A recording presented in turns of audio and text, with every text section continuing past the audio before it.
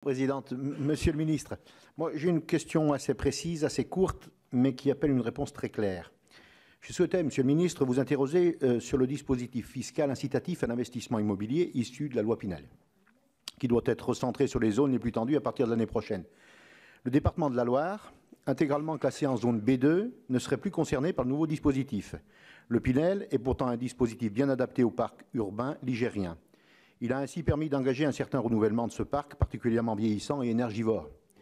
Aujourd'hui, 40 à 50% des programmes immobiliers du département sont portés par des investisseurs bénéficiant du dispositif Pinel.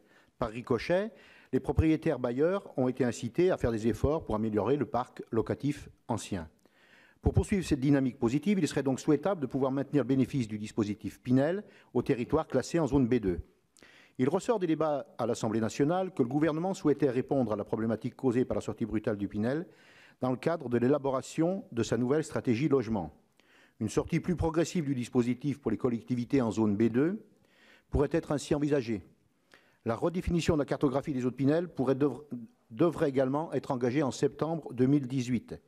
Pouvez-vous nous donner aujourd'hui des précisions sur ces évolutions? Et enfin, comme vous l'a écrit mon collègue député de Saint-Étienne, Régis Juanico, la communauté urbaine de Saint-Étienne accédera officiellement au 1er janvier 2018 au statut de métropole. Son classement en zone B1, à l'instar d'autres agglomérations au profil de territoires comparables, à compter de cette date-là, sera à la fois cohérent et utile. Le classement de la métropole de Saint-Étienne en zone B1, à compter de 2018, est-il envisageable? Je vous remercie, Monsieur le Ministre. Merci, chers collègues. Monsieur le Ministre, je vous laisse la parole pour cette fin d'audition. Il n'y a pas d'autres questions, je crois. Je vous en prie. Oui,